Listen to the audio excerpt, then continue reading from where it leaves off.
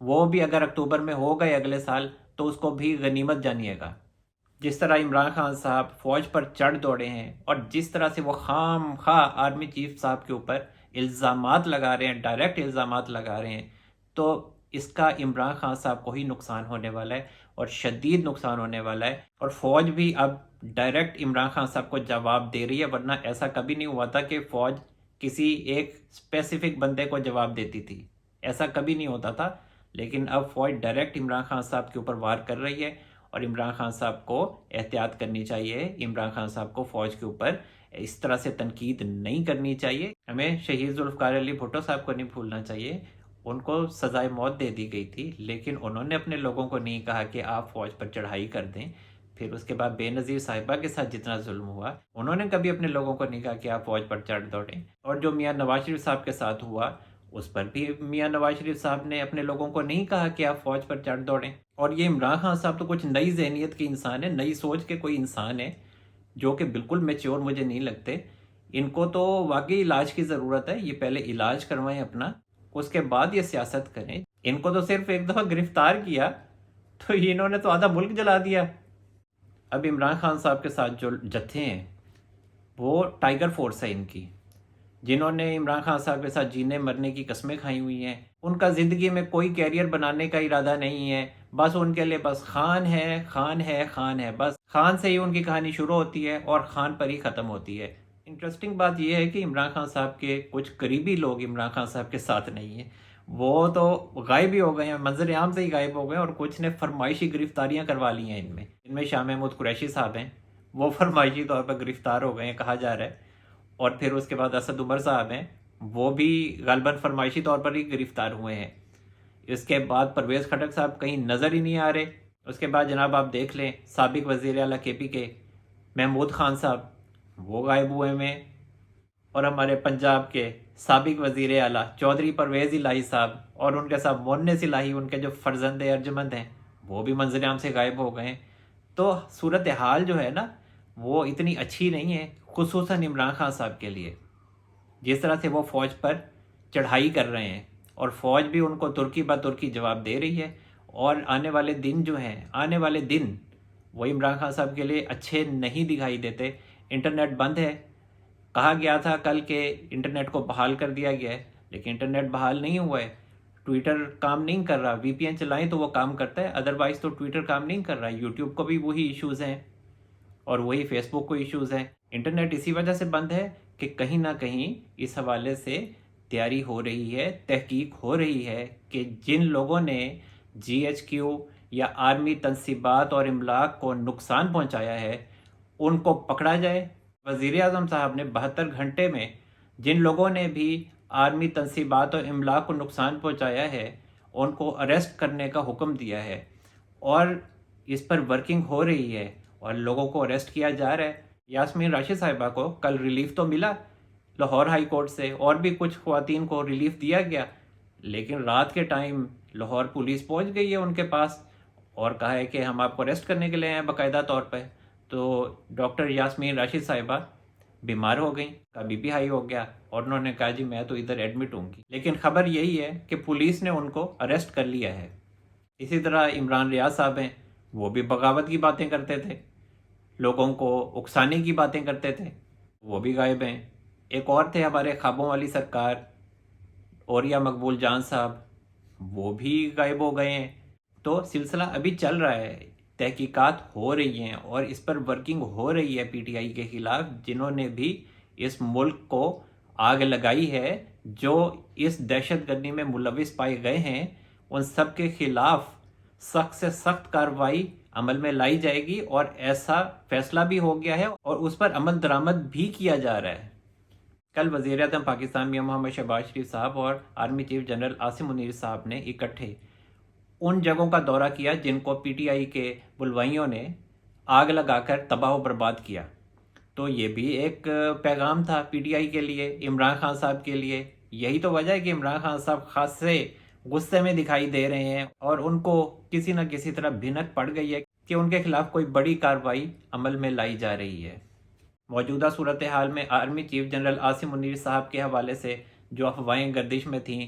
کہ ان کے خلاف بغاوت ہو گئی ہے فوج میں، یا ان کے ادارے کے کچھ افسر جو ہیں انہوں نے ان پر عدم اعتماد کر دیا ہے، تو وہ تمام جو خبریں ہیں وہ جھوٹی ثابت ہوئی ہیں، بلکہ army chief general Asim Munir صاحب خاص سے ایکٹیو دکھائی دے رہے ہیں۔ اور خبر یہی ہے کہ انہوں نے لاہور کے جو کور کمانڈر ہیں، میں نے کل بھی اپنے ویلاگ میں بتایا تھا، سلمان صاحب، ان کو برطرف کر دیا ہے۔ کچھ کہہ رہے ہیں کہ ادارہ ان کے خلاف کورٹ مارشل کرنے لگا ہے، لیکن اس حوالے سے متضاد خبریں ہیں۔ دیکھتے ہیں، یہ تو ان کا اپنا ذاتی مسئلہ ہے، ادارے کا اپنا ایک طریقہ کار ہے کہ وہ اپنے لوگوں کے خلاف کس طرح سے ایکشن لیتے ہیں اور کس طرح سے ان کے خلاف اگر کیس چلنا ہے تو وہ کس طرح سے کیسز چلائے جاتے ہیں۔ جبکہ یہ خبر بھی آ رہی ہے کہ army chief general Asim Munir صاحب نے اپنے ادارے میں خاصی ری شفلنگ کی ہے۔ اسی حوالے سے 9 مئی سے لے کر 13 مئی تک جتنے بھی واقعات ہوئے ہیں، اس حوالے سے پاک فوج میں شدید غم و غصہ پایا جاتا ہے، اور اس حوالے سے army chief general Asim Munir صاحب کا اہم بیان سامنے آیا ہے کہ 9 مئی کو مشتعل افراد اس پر اکسانے اور عمل کرنے والوں کو انصاف کے کٹہرے میں لائیں گے۔ بہت بڑا بیان ہے army chief general Asim Munir صاحب کا، عمران خان کے حوالے سے ہی ہے، خصوصاً ان کی پارٹی کے حوالے سے ہے یہ بیان۔ D G I S P R کے مطابق army chief general Asim Munir صاحب نے کور ہیڈ کوارٹر پشاور کا دورہ کیا، جہاں انہیں موجودہ سیکیورٹی صورتحال اور انسداد دہشت گردی کی جاری کوششوں پر بریفنگ دی گئی۔ Army chief general Asim Munir صاحب نے کور کے افسران سے خطاب کیا اور کہا کہ ہم امن اور استحکام کی اپنی کوششیں جاری رکھیں گے۔ آرمی چیف کا قومی سلامتی کو درپیش خطرات پر زور دیتے ہوئے کہنا تھا کہ امن و استحکام کے عمل کو خراب کرنے والوں کے لیے کوئی جگہ نہیں ہوگی۔ پاک افواج تنصیبات کے تقدس کی خلاف ورزی کی مزید کسی کوشش کو برداشت نہیں کریں گی۔ Army chief general Asim Munir صاحب کا مزید کہنا تھا کہ 9 مئی یوم سیاہ کی کارروائیوں کے عام منصوبہ سازوں، مشتعل افراد، اس پر اکسانے اور عمل کرنے والوں کو انصاف کے کٹہرے میں لائیں گے، اور پاک افواج اپنی تنصیبات کو جلانے کی مزید کسی کوشش کو برداشت نہیں کریں گی۔ آرمی چیف نے انفارمیشن وارفیئر اور غلط فہمیاں پیدا کرنے کی کوششوں کے بارے میں بھی آگاہ کیا اور کہا کہ دشمن عناصر کی جانب سے مسلح افواج کو نشانہ بنانے کی مذموم کوشش کی جا رہی ہے، اور عوام کے تعاون سے اس مذموم کوشش کو ناکام بنا دیا جائے گا۔ ہمارے جو کور کمانڈر صاحب تھے لاہور کے، جنہیں اب کہا جا رہا ہے کہ ہٹا دیا گیا ہے، سلمان صاحب، ان کی ایفیلیشن کسی بھی پارٹی سے ہو، ان کی تھنکنگ کوئی بھی ہو سیاسی، ہر انسان کو حق ہے کہ وہ اپنی اوپینین رکھے، لیکن یہ تو کوئی طریقہ نہیں ہے نا کہ آپ اپنے گھر کی حفاظت نہ کر پائیں۔ سلمان صاحب ایک عام انسان نہیں تھے، یہ بات سمجھنے کی ضرورت ہے۔ سلمان صاحب ایک کور کمانڈر تھے، ایک اتنے بڑے شہر کے کور کمانڈر تھے، لاہور پاکستان کا دل ہے۔ اگر وہ اپنے گھر کی ہی حفاظت نہیں کر پائے تو وہ اپنے شہر کی کس طرح حفاظت کریں گے؟ وہ شہر جس پر بھارت نے 1965 میں اٹیک کر دیا تھا اور خواب دیکھا تھا کہ ہم لاہور میں جا کر کھانا کھائیں گے، اور ہماری پاک افواج کے بہادر جوان ہی تھے جنہوں نے اپنا خون بہا کر، اپنی قربانیاں دے کر بھارت کے اندر ہی تن دیا اور پاکستان آنے نہیں دیا، اور لاہور میں قدم تک نہیں انہوں نے رکھنے دیا، اور ہماری پاک افواج کے جوان اور افسران بھارتی فوج کے لیے آہنی دیوار ثابت ہوئے تھے۔ تو یہ جو ہمارے کور کمانڈر صاحب تھے، سلمان صاحب، پائن ایک ہی کیتا جے تسی اپنے گھر کی حفاظت آپ نہیں کر پائے، تو پھر سوال تو بنتا ہے نا کہ یہ تو پھر نااہلی ہے۔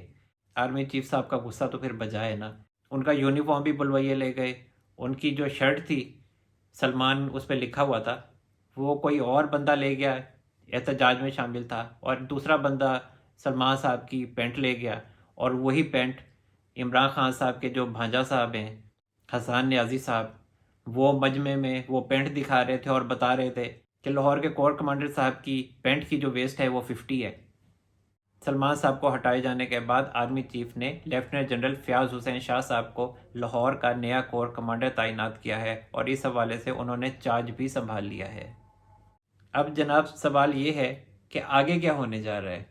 جی ایچ کیو اور سپریم کورٹ کے مخصوص ججز کے مابین لڑائی شدت اختیار کرے گی۔ عمران خان صاحب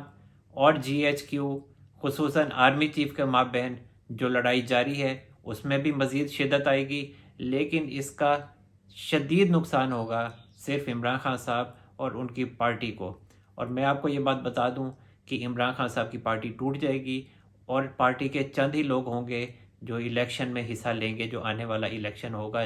2024 میں ہی ہوگا، اگلے سال۔ ابھی فی الحال یہ الیکشن ہوتا مجھے دکھائی نہیں دیتا، اور نقصان صرف اور صرف عمران خان صاحب کا ہے۔ عمران خان صاحب کی پارٹی میں جو سیانے ہیں وہ اس بات سے واقف ہیں کہ انہیں عمران خان صاحب کی لائن نہیں لینی، انہیں فوج کی لائن لینی ہے، تبھی ان کا سیاست میں مستقبل ہوگا۔ اگر وہ عمران خان صاحب کے ساتھ کھڑے نہیں ہوں گے تو ان کا سیاست میں مستقبل ختم ہو جائے گا۔ آنے والے دن کیا صورت اختیار کریں گے یہ تو آنے والا دن ہی بتائے گا،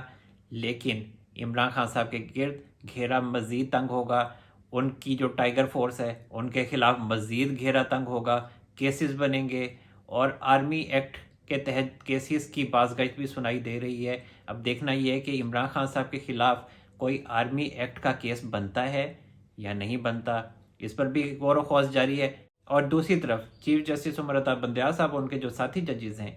ان کے خلاف بھی آنے والے دنوں میں گھیرا مزید تنگ ہو سکتا ہے اور ان کے لیے مشکلات کھڑی ہو سکتی ہیں۔ اب دیکھنا یہ ہے کہ اونٹ کس کروٹ بیٹھتا ہے۔ اب تک کے لیے اتنا ہی۔ اللہ تعالیٰ ہم سب پر رحم و کرم فرمائے۔ منصور احمد قریشی کو اجازت دیجیے، اپنا بہت سارا خیال رکھیے گا۔ اللہ حافظ۔